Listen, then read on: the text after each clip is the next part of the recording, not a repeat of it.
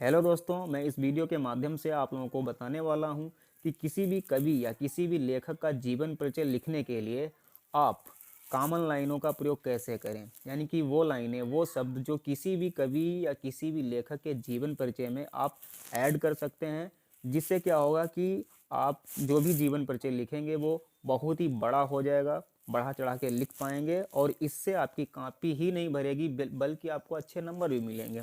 तो क्या है वो गोल्डन लाइन, कौन सी वो कॉमन लाइन जिनको सभी कवि और सभी लेखक के जीवन परिचय में हम इस्तेमाल कर सकते हैं। तो चलिए देखते हैं। तो साथियों, किसी कवि या लेखक का जीवन परिचय लिखने के लिए जो कॉमन लाइनें हैं, इन पंक्तियों से, इन कॉमन लाइनों से हम किसी भी कवि या लेखक का जीवन परिचय की शुरुआत करेंगे लिखने की। तो लिखा हुआ है एक्स का जीवन परिचय, यानी कि एक्स का यहाँ पे हम मान रखेंगे, किसी कवि या लेखक का नाम हो सकता है एक्स का जीवन परिचय। तो जो कॉमन लाइनें हैं जो सभी लेखक या कवि में लिखेंगे वो ये हैं। एक्स का हिंदी साहित्य में समर्पित अनेक साहित्य साधकों में अत्यंत सम्माननीय एवं विशिष्ट योगदान रहा है। एक्स के विचार आशावादी, राष्ट्रवादी एवं मानवतावादी थे।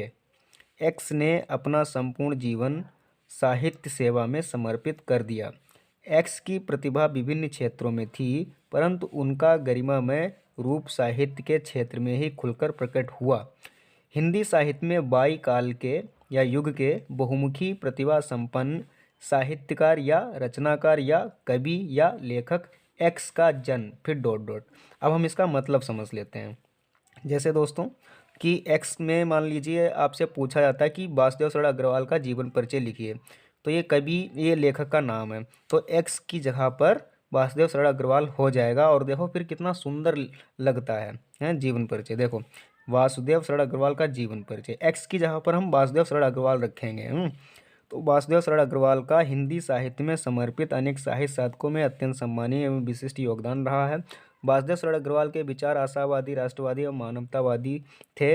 वासुदेव सर अग्रवाल ने अपना संपूर्ण जीवन साहित्य सेवा में समर्पित कर दिया। इन्होंने, यानी कि इनकी प्रतिभा विभिन्न क्षेत्रों में थी, परंतु उनका गरिमामय रूप साहित्य के क्षेत्र में ही खुलकर प्रकट हुआ। हिंदी साहित्य में बाई काल, यहाँ पे बाई मतलब हम काल का, जैसे हमें अगर मालूम है कवि या लेखक ये किस काल का है तो काल का नाम डाल देंगे।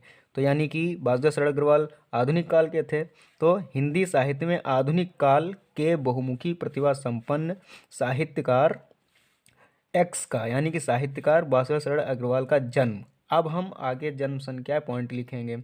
अब मान लीजिए जैनंद कुमार का आपसे जीवन परिचय पूछा आता है, तो अभी आप यही लाइन से शुरुआत करें, जैसे कि जैनंद कुमार का जीवन परिचय। तो एक्स की जगह पर जैनंद कुमार हो जाएगा। जैसे कि जैनंद कुमार का हिंदी साहित्य में समर्पित अनेक साहित्य साधकों में अत्यंत सम्मानीय एवं विशेष योगदान रहा है। जैनंद कुमार के विचार आशावादी, राष्ट्रवादी एवं मानवतावादी थे। जैनंद कुमार ने अपना संपूर्ण जीवन साहित्य सेवा में समर्पित कर दिया। जयंत कुमार की प्रतिभा विभिन्न क्षेत्रों में थी, परंतु उनका गरिमामय रूप साहित्य के क्षेत्र में ही खुलकर प्रकट हुआ, वगैरह वगैरह। मान लीजिए आपसे पूछा आता है बिहारी का जीवन परिचय या महादेवी वर्मा का जीवन परिचय, ठीक है, तब भी आप इन लाइनों को इस्तेमाल कर सकते हैं उनके जीवन परिचय में, क्योंकि ये ऐसी लाइन है जो सभी सभी कवि या लेखकों के बारे में बताती हैं। क्योंकि देखिए, मान लीजिए आप लिख रहे हैं यहाँ पे रामधारी सिंह दिनकर का जीवन परिचय, तो रामधारी सिंह दिनकर का जीवन परिचय, यानी कि एक्स का मान रामधारी सिंह दिनकर जी हैं।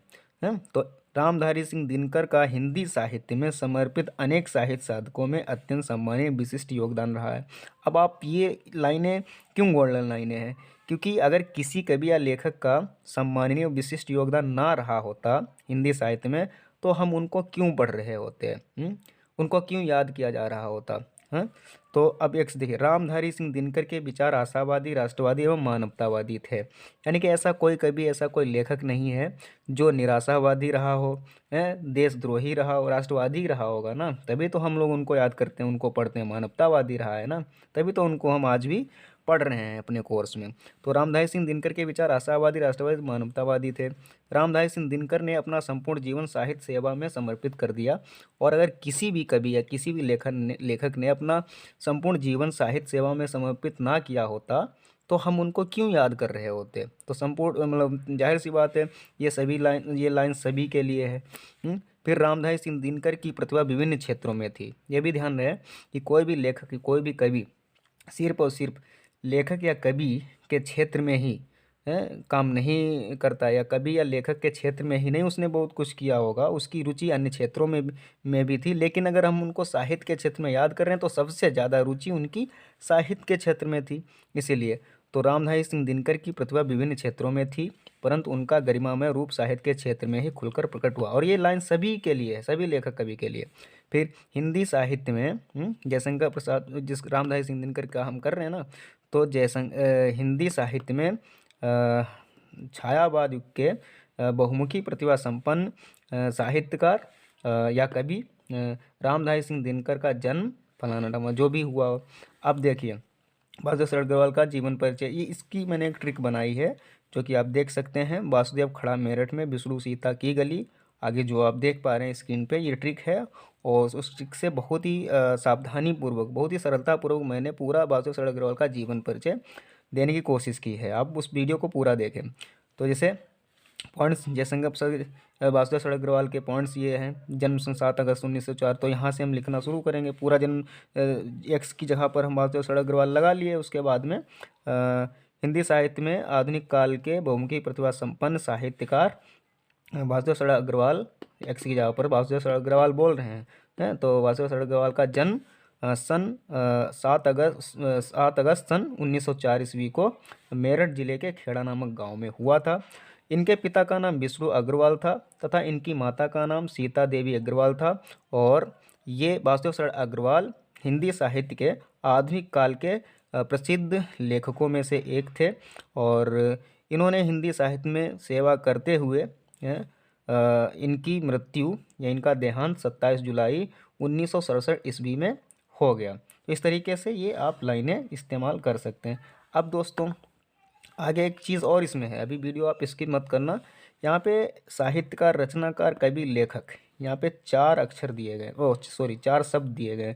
अब इनमें से आपको सभी कवि या सभी लेखक के लिए जो वर्ड इस्तेमाल करना है वो या तो रचनाकार इस्तेमाल करें या साहित्यकार इस्तेमाल करें, क्योंकि कोई भी कवि रचनाकार होता है, कोई भी लेखक रचनाकार होता है। लेकिन हम कवि और लेखक ये इन शब्दों का चयन तभी करें जब वास्तव में वो व्यक्ति कवि ही रहा हो या लेखक ही रहा हो। जैसे कि महादेवी वर्मा ये कवयित्री हैं, कवि हैं, तो इनके लिए हम कवि शब्द का इस्तेमाल करें, लेखक नहीं, ठीक है। जैसे मान लीजिए आपके गद्य में जिनेंद्र कुमार हैं, कन्हैयालाल मिश्र प्रभाकर है, तो उनके लिए हम लेखक इस्तेमाल करेंगे, कवि नहीं। लेकिन हाँ, कवि या लेखक दोनों के लिए हम रचनाकार या साहित्यकार इस्तेमाल कर सकते हैं, ध्यान रहे। तो दोस्तों अब रोज़ के रोज़ मैं आपको वीडियो इसी तरीके से देने वाला हूँ। आप जो है चैनल पे बने रहिए और मैं आता हूँ नेक्स्ट वीडियो के साथ में। Thank you.